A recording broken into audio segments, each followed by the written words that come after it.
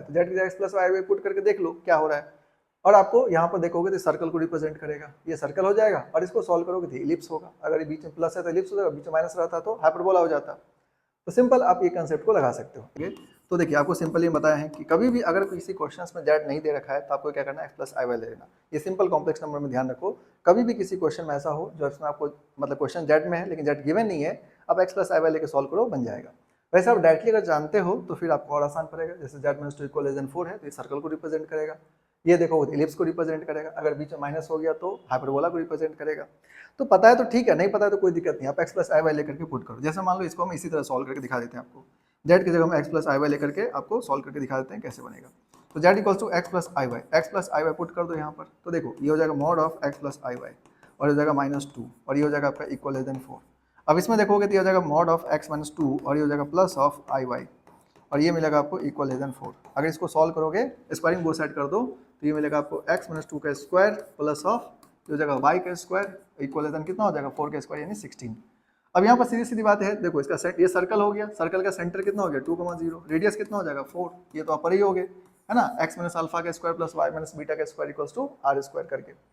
तो यहाँ पर सेंटर कितना होगा 2,0, r इक्वल्स टू 4 हो गया। इसका मतलब ये सर्कल अगर बनाओगे आप तो सर्कल क्या बनेगा, x का सेंटर कितना हो जाएगा 2,0 पर हो जाएगा, रेडियस 4 है, इसका मतलब ये कहाँ पर जाएगा 6,0 पर जाएगा, क्योंकि इधर से 4 देखोगे तो ये 6,0 पर जाएगा, इधर 4 देखोगे तो ये कितना पा जाएगा -2,0 पर जाएगा। इसका मतलब ये सर्कल बनेगा तो कुछ इस तरह से बनेगा। ठीक है, ये सर्कल आपका बनेगा 6,0 -2,0 बनेगा।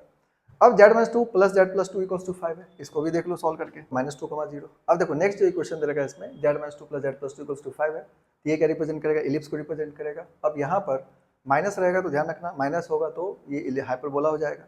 अब इसमें जेड का value x plus i Y लेकर पुट कर सकते हो, लेकिन अगर एक्स प्लस आई वाई लेकर पुट करोगे तो काफ़ी लेंदी हो जाएगा, तो थोड़ा इसको ध्यान रखोगे तो ज़्यादा इजी रहेगा। तो देखो इसको अगर हम लोग सॉल्व करेंगे तो क्या करेंगे, जैसे mod of z minus 2 plus of z plus 2 equals to 5। ठीक है, यहाँ पर थोड़ा सा अब ध्यान रखना, नहीं तो ज़्यादा लेंदी हो जाएगा। सर्कल वाला तो थोड़ा ईजी होता है, इलिप्स वाला में थोड़ा ज़्यादा कैलकुलेशन करना पड़ेगा आपको। पर ये क्या रिप्रेजेंट करता है, तो सर्कल को ये मानी इलिप्स को रिप्रेजेंट करता है।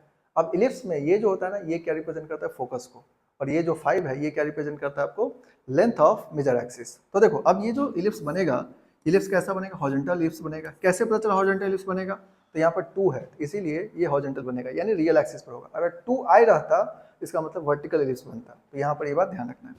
तो देखो अगर हम इलिप्स बनाएंगे तो ये इलिप्स इस तरह से बनेगा, और ये जो इलिप्स है इसका ये यहाँ पर देखोगे तो ये जो फोकस हो जाएगा इसका, ये हो जाएगा 2,0, और यहाँ पर जो फोकस होगा वो -2,0 हो जाएगा।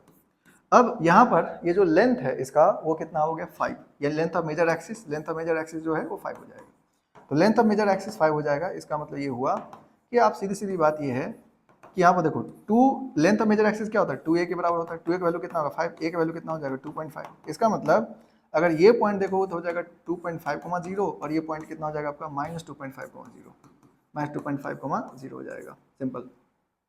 अब आपको देखो क्वेश्चन में क्या बोला गया है कि maximum of Z1 minus Z2, यानी Z1 और Z2 ये दोनों है। अब इसका जो मैक्सिमम वैल्यू आपको निकालना है, यानी मैक्सिमम डिस्टेंस निकालना है ना, सब्ट्रैक्शन मतलब क्या हो गया डिस्टेंस। अब ये दोनों को क्या करना होगा, एक ग्राफ आप ड्रॉ करके देखो। तो ये देखो सर्कल जो आपका एक सर्कल है, अभी सर्कल को अगर ड्रॉ करोगे ये सर्कल बन गया मान लो। अब सर्कल का क्या है, ये पॉइंट क्या है 6,0 है, और ये पॉइंट कितना आपका -2,0 है। ठीक है, अब इलिप्स जो बनाओगे तो इलिप्स में क्या है आपका, देखो ये -2,0 2,0, इसका सेंटर कहाँ पर 2,0 पर है, इसका रेडियस कितना 4 है, ध्यान रखना। अब इलिप्स जो बनेगा वो 2.5,0 से, यानी इलिप्स जो बनेगा इसमें अगर इलिप्स को बनाओगे तो इलिप्स बन जाएगा ऐसे। ठीक है, ये इलिप्स बनेगा इसका। अब ये जो पॉइंट होगा ये हो जाएगा 2.5,0, और ये हो जाएगा -2.5,0। तो देखो मैक्सिमम डिस्टेंस अगर निकालोगे तो मैक्सिमम डिस्टेंस क्या मिलेगा 6,0, और ये जो डिस्टेंस है यही क्या होगा आपका मैक्सिमम डिस्टेंस होगा। तो मैक्सिमम डिस्टेंस आपसे पूछा गया है, तो मैक्सिमम डिस्टेंस निकाल दो। तो देखो मैक्सिमम डिस्टेंस जो हो जाएगा ये कितना होगा, मॉड ऑफ 6 माइनस ऑफ -2.5। ठीक है, यानी यहाँ से सॉल्व करोगे तो ये कितना आ जाएगा आपका 8.5 आ जाएगा। तो अब इसमें पूछा गया था आपको कि यहाँ पर मैक्सिमम डिस्टेंस की वैल्यू क्या 8.5 मतलब कितना होगा 17/2, तो 17/2 इसका क्या होगा करेक्ट आंसर होगा। तो आप अगर डायरेक्टली पता करोगे, जैसे ही पता रखोगे तो थोड़ा इजी पड़ेगा, जैसे सर्कल को भी इतना सॉल्व करने की जरूरत नहीं पड़ेगा, क्योंकि ये 2 क्या होगा इसका सेंटर हो जाएगा, 4 क्या हो गया रेडियस हो गया। इस तरह से इलिप्स के लिए आप ये बात ध्यान रख सकते हो।